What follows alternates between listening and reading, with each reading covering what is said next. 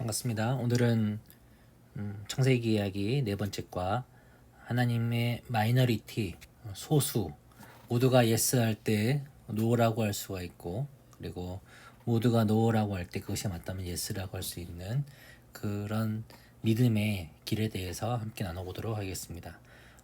오늘 이 주제에 가장 합당하게 맞는 사람은 창세기 6장 이후에 등장하는 노아입니다. 함께 말씀을 보도록 하겠습니다. 창세기 6장 9절입니다. 이것이 노아의 족본이라. 노아는 의인이요 당대의 완전한 자라. 그는 하나님과 동행하였으며. 아멘. 나의 인맥에 대해서 아이스 브레이크에서 한번 보도록 할 건데요. 휴대폰을 보면은 주소록이 있을 겁니다. 주소록이나 아니면은 최근 통화 같은 것을 보면은 가장 내가 누구랑 많이 통화를 했는가라고 하는 것을 알 수가 있을 거예요. 꼭 소개시켜주고 싶은 사람, 그리고 나에게 영향을 주는 사람이 누가가 있는지 한번 학생들한테 한번 해보라고 시켜보시고, 그리고 1, 2만 이렇게 말하면 좋을 것 같아요. 저는요, 가장 최근에 가장 많이 통화한 사람은 아무래도 저희 아내입니다. 아내. 그 외에 다른 목사님이나 하대영 전도사님 같은 분들이 있죠. 이분들은 일 때문에, 이거는 집안일 때문에 전화를 많이 합니다. 근데 그 외에 제가 꼭 소개시켜주고 싶은 사람, 어찌 보면은 이 영향을 주고 있는 사람, 나한테 정말 이 목회사에게서 영향을 주고 싶은 분이 있는데, 그분은 저의 은사라고도 말할 수 있는, 멘토라고 말할 수 있는 어떤 김모 목사님이 있습니다. 이런 식으로 한번 나눠보고 아이스 브레이크 시간을 가져보면 좋을 것 같습니다. 다음 넘어가 보겠습니다. 수프로입니다. 진노의 잔이 넘치다. 우리가 지난가에서 배웠던 이 죄가 이 세상 가운데 들어오게 된 그 일들을 보게 되는데, 그 죄로 말미암아 읽어보겠습니다. 아담과 하와가 범죄하여 세상에 죄가 들어왔습니다. 그 후에 어떤 일이 일어났을까요? 사건의 순서를 맞춰보세요. 그리고 위험 수위표에 체크해 보세요 라고 되어 있습니다. 이 부분은 창세기 4장과 관련이 있습니다. 창세기 4장에는 가인의 범죄와 그리고 그의 후손들에 대한 이야기가 쭉 나오고, 마지막에 그런 세상 가운데 하나님의 이름을 불렀던 셋의 후손에 대해서 나와 있지요. 순서대로 한번 볼까요? 첫 번째를 보시면은 그림 네 가지가 있습니다. 가인이 아벨을 살인하였습니다. 이 사람이 가인인 것 같습니다. 아벨 동생을 죽였어요. 두 번째, 가인이 성을 쌓았어요.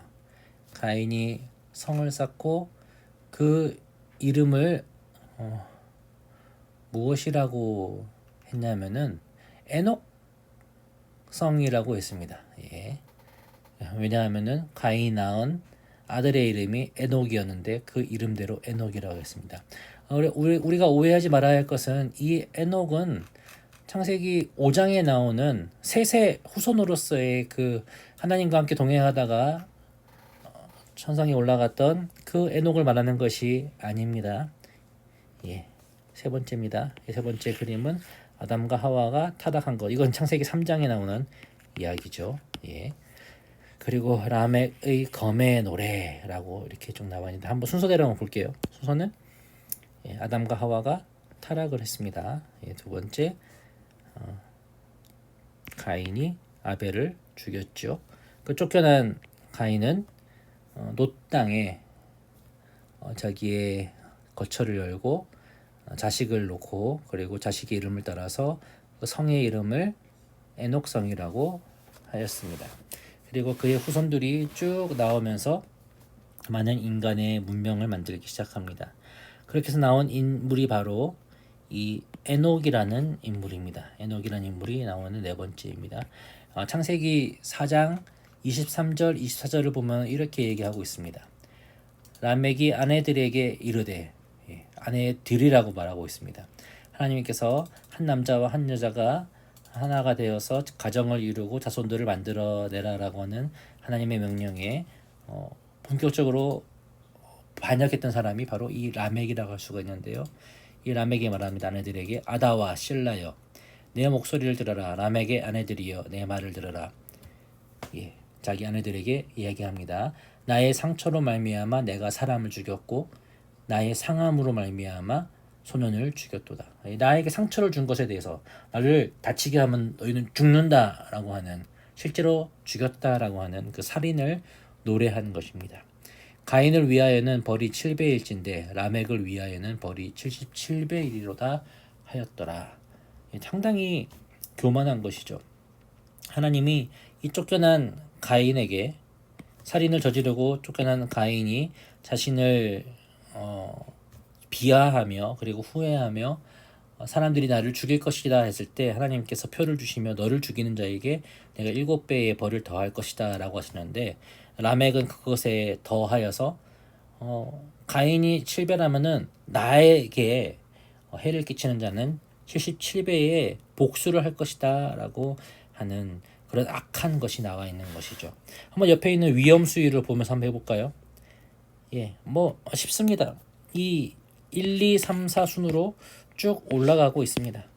예, 그리고 그 죄의 총량은 커져가고 있고 위험 수위는 계속 커져가고 있는 것입니다. 아담과 하와가 쫓겨나고 가인이 아벨을 죽이고, 또 그러나 그 가인이 하나님의 명령을 어겨서 성을 쌓고, 또 그리고 라멕에 이르러서는 자신이 그런 교만한 것들을 그렇게 자랑하고 노래로까지, 성경 최초의 노래로까지 만들고 있는 그런 인간의 교만함과 죄의 위험 수위는 이후 세상에는 계속해서 하나님을 대적하고 하나님 없이 복을 얻기 위해 끊임없이 죄를 저질러 마침내 하나님의 진노를 일으키는 위험 수위에 다다랐다라고 이렇게 말하고 있죠. 예. 노아 홍수 전의 분위기는 한마디로 말하면 어떻습니까? 이렇게 말할 수가 있습니다. 힘에 의해서 좌우되는 그런 시대였다. 타락한 시대였다. 죽고 죽이는 분위기였고 난장판이었고 타락의 극치를 달렸고 양육강식의 시대였다. 약한 자는 언제 죽을지 전전긍긍해야 하는 그런 살벌한 분위기였다. 하나님이 기뻐하시지 않는 그런 세상의 모습으로 타락하고 있었다라고 말할 수가 있습니다. 예, 이런 타락해가는 시대, 메이저리티가, 대세가 이렇게 힘으로 다른 사람들을 깔아뭉개고 넘어가야 하는 불의한 시대 속에서 하나님의 마이너리티, 오늘 이 공과의 주제인 하나님의 마이너리티라고 불릴 수 있는 노아가 등장합니다. 나무로입니다. 누가 어리석은 사람인가? 예, 대세, 이런 악한 것들이 대세인 세상 사람들은 노아를 대해서 그렇게 말했던 것이죠. 노아는 어리석은 사람이다. 자, 읽어보겠습니다. 세상에 죄가 가득 차 넘칠 때에 하나님이 선택한 사람이 있었습니다. 이 사람이 누구일까요? 예, 누구입니까? 그 사람의 이름은 노아입니다. 노아. 가족 상황이 어떻습니까? 아내가 있었고요. 아들 3명이 있었습니다. 아들 3명의 이름은 셈, 함, 야벳입니다. 셈, 함, 야벳. 예, 그리고 각 세 아들에게는 그 아내가 3명 있었습니다. 예, 며느리 3명. 총 8명의 사람들이 있었던 것이죠. 하나님께 받은 명령은 무엇입니까? 내가 세상을 홍수로 멸할 것이니 방주를, 산에 올라가서 방주를 만들어라. 세상에 있는 모든 동물의 짝에 맞게 실을 수 있는 그 방주를 만들어라 라고 이렇게 말하였습니다. 자, 만약 내가 이 사람이라면 어떻게 했을까요? 사람들이 비웃습니다. 노아가 이 방주를 짓는 것이 100년 넘게 그렇게 이어졌습니다. 정확히 몇 년이었는지 보도록 한번 해보겠습니다. 노아가 홍수를 만든 것은 홍수가 아니라 이 방주를 만드는 것은 어쨌든 100년이 넘는 시기였습니다. 600세가 되던 해에 이 홍수가 일어났죠. 예, 100년으로 알고 있습니다. 100년 동안 120년이라고 하죠. 예.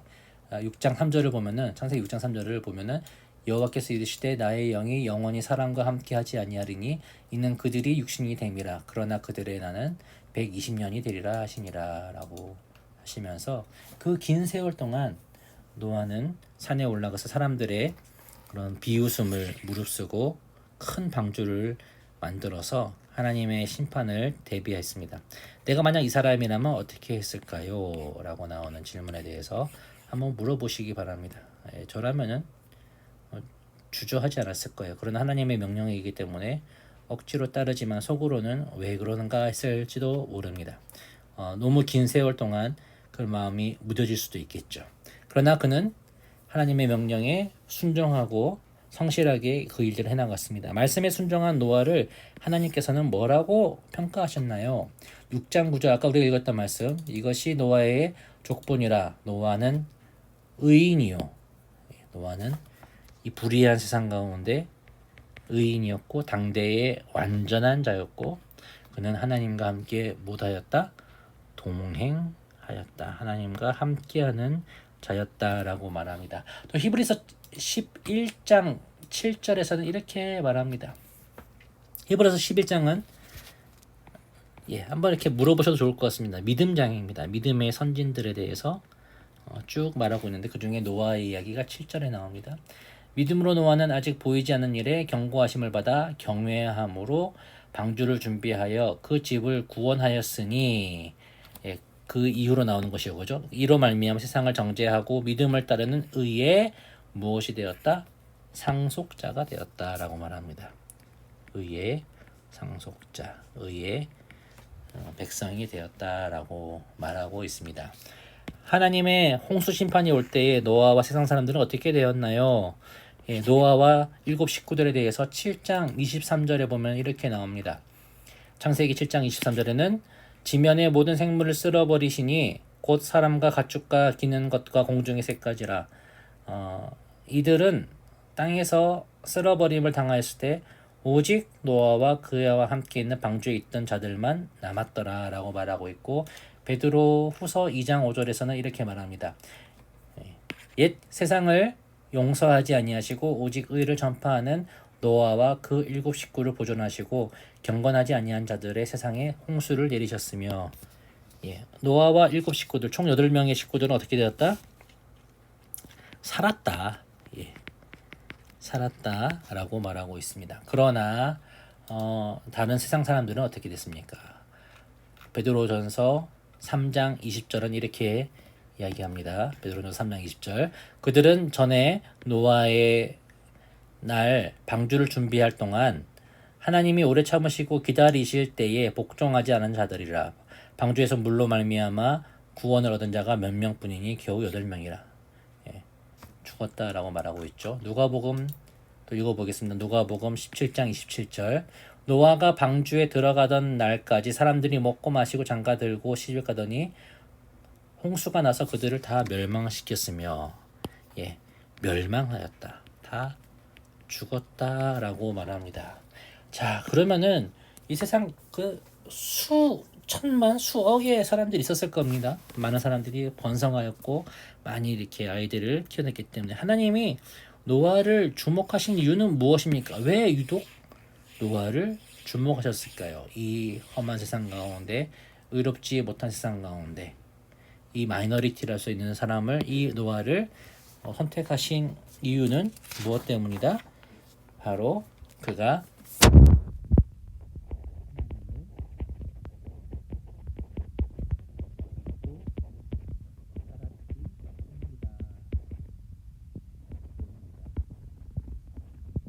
창세기 7장 23절에 나와 있는 것처럼 이렇게 또 볼 수가 있죠. 아닙니다. 히브리서 앞서 왔었던 히브리서 7장 11장 7절 말씀처럼 경외하였다. 하나님의 보이지 않는 일에 경고하심을 받고 믿음을 따르는 자였다라고 하는 부분들, 그리고 베드로 후서에서 말하고 있는 것처럼 의를 전파하는 노아라고 말하고 있습니다. 그렇게 하나님의 말씀을 따라서 순종하며 살아가던 이 노아를 하나님께서는 주목하시고 그를 통하여 새로운 창조의 역사를 만들어 가신 것입니다. 예. 넘어가겠습니다. 마지막입니다. 이 시대에 참된 마이너리티. 노아가 그 당시에 죄로 가득한 세상 사람들, 약육강식의 세상의 논리를 따르지 아니하고 오직 하나님의 말씀을 따라 의롭게 살려고 했던 것처럼 이 시대에도 그런 하나님의 말씀을 따라 살려고 하는 사람들이 있습니다. 현대라고 할 수 없지만은 그래도 노아의 때에 비하면은 아주 최근이라고 할 수 있지 않겠습니까? 윌리엄 윌버포스라고 하는 사람이 있었습니다. 그는 영국의 노예제도 폐지에 앞장섰던 그리스도인이었습니다. 그는 누구와 함께 했냐면은 감리교회 창시자였던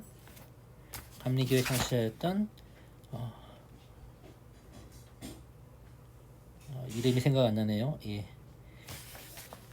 감리교회 창시자였던 존 웨슬리와 함께 동행하였고 그의 말씀에 감복을 하여서 이 시대를 변화시킬 수 있는 그런 의로운 자가 되어야겠다는 생각을 했습니다. 그 당시에는 이 영국이 많은 부를 모으고 있었던 때였는데 그 부가 별로 의롭지 못한 방법으로 많은 부를 모으고 있었습니다. 예, 식민지를 점령하고 식민지에 있는 이 노동력을 이용해서 주로 이렇게 북미 대륙이나 그런 인도나 그런 데 말하는 것이죠. 많은 것들을 수탈하고 그것을 무역으로 팔아먹고 그렇게 돈을 벌고 잘 아시다시피 인도에서는 아편을 만들어서 중국에 팔아먹고 중국에 많은 마약 중독자들을 만들면서 돈을 모으고 그것이 아편 전쟁으로 퍼지게 되었죠. 나중에 밀버포스의 삶의 마지막 시기에 있었던 일이기도 했는데요. 윌리엄 밀버포스가 가장 이렇게 반대하고 나섰던 것은 노예 제도의 일이었습니다. 노예가 왜 필요했습니까? 이 신대륙을 발견하고 구대륙에 있었던 유럽 사람들이 많이 그 아메리카로 들어갑니다. 미국 있던 그 땅으로 들어가서 그 땅에서 많은 특작물들, 뭐 옥수수나 면화나 그런 것들을 만들어서 그것을 이용해서 방직 산업을 활성화시키고 국부를 모을 때에 많은 노동력이 필요했습니다. 그래서 그 북미 대륙에 있는 인디안들을 데리고 그 일을 시키려고 했는데 문제가 있었습니다. 이 북미 대륙에 있었던 이 사람들은 수천 년 동안 구대륙과 연결되지 않았기 때문에 많은 사람들이 구대륙에서 넘어오는 유럽이나 아시아에서 넘어오는 그 전염병에 쉽게 죽어갔습니다. 혹시 총균세라고 하는 책을 보시면은 그것에 대한 이야기가 나옵니다. 유럽인들이 신대륙의 사람들을 총과 그리고 세균과 쇠로 이렇게 멸하게 되었다라고 하는 것들이 나오죠. 그래서 이 영국을 비롯한 유럽의 열강들이 택한 것이 무엇이냐면은 이 전염병에 죽지 않고 똑같이 버텨낼 수 있는, 그러나 조금 못 살고 문명이 떨어진 사람들을 데리고 노예를 삼는 것이었는데, 그것은 바로 아프리카 대륙에서 이 노예들을 사와서 혹은 잡아와서 이 신대륙으로 보내서 그 플랜테이션 농업을 해서 돈을 쓸어 모으는 것이었습니다. 그래서 나오는 것이 무엇이냐, 바로 노예 무역이었습니다. 이 윌버포스가 직접적으로 반대하고 그것을 폐지하려고 했던 것은 노예제도 폐지가 아니라 노예 무역을 없애자라고 하는 것이었죠. 그가 그렇게 열심히 일을 하였고 외쳤고 결국은 그것이 사람들의 마음을 움직였고, 우리 이 영국, 신사의 나라인 영국이 이런 부정한 방법으로 하는 것은 옳지 않다라고 생각하면서 결국 노예 무역을 폐지하였고 차차 노예 제도까지도, 대영 제국에서 노예 제도까지 폐지하는 일로 가게 되었던 것입니다. 많은 부를 끌어모으고 이를 통해서 많은 사람들, 군인들이나 아니면은 정치인들이 기업가들이 돈을 모으고 있었던 것들 그러나 그렇게 부정하는 것이 옳지 않다라고 생각하는 이 기독교적인 마인드로 붙잡혀 있었던 이 윌리엄 윌버포스를 통하여서 놀라운 일이 일어나게 되었다는 것이죠. 자, 하나님의 말씀으로 우리가 세상을 바라볼 때 내가 외쳐야 그리스도인의 모습은 무엇이 있을까요? 목소리가 무엇이 있을까요? 세상 사람들은 다 괜찮다 괜찮다 하지만은 의롭지 않고 죄와 비참함으로 가득한 이 세상 가운데 우리 믿는 사람이 믿음으로써 외칠 수 있는 것이 무엇인지 학생들과 함께 나눠봤으면 좋겠습니다. 학교에서, 교회에서, 사회에서, 가정에서 이렇게 돼야 하지 않겠습니까? 라고 하는 그런 부분들 학교에서는 어떤 것이 있죠? 왕따, 컨닝 혹은 욕설하거나 또 혹은 선생님들한테 순종하지 않는 모습들 교회에서는 교회에 지각하거나 예배에 온전히 참석하지 못하는 그런 모습들 사회에서나 혹은 가정에서 있을 수 있는 여러 가지 문제들이 있을 수가 있겠죠. 그런 것들에 대해 우리가 어떻게 외치고 어떻게 살아가야 할 것인가에 대해서 주제를 가지고 시간이 있으시면 한번 나눠보시면 좋을 것 같고 최소한 이 윌리엄 윌버포스에 대한 이야기는 좀 하면 좋을 것 같고요. 이 두 개는 한번 이 두 꼭지를 읽어주십시오. 윌리엄 윌버포스와 그리고 이 세상에는 옳은 길을 가는 믿음의 사람들이 있습니다. 아무리 다수가 선택하는 것이라도 하나님이 보시기에 선하지 않는 것은 노라고 말할 수 있는 용기가 있어야 합니다. 라고 하는 이 부분들을 함께 읽으시고 학생들에게 도전할 수 있는 시간 될 수 있기를 바랍니다. 자, 하나님의 마이너리티 모두가 예스 할 때 노라고 할 수 있는 그런 사람을 통하여 하나님께서 이 죄와 가득한 이 세상 속에 그러나 한 의인을 택하시고 그를 통하여 새로운 창조의 시조로서 부르셨듯이 우리를 통하여서도 우리 학생들을 통하여서도 하나님께서 이 놀라운 일을 이 어둠이 가득한 땅 가운데 하나님의 생명과 그리고 빛이 충만한 일을 일으켜 주실 것을 믿으며 이번 가를 수행해 나가시면 좋을 것 같습니다. 예, 감사합니다. 이상입니다.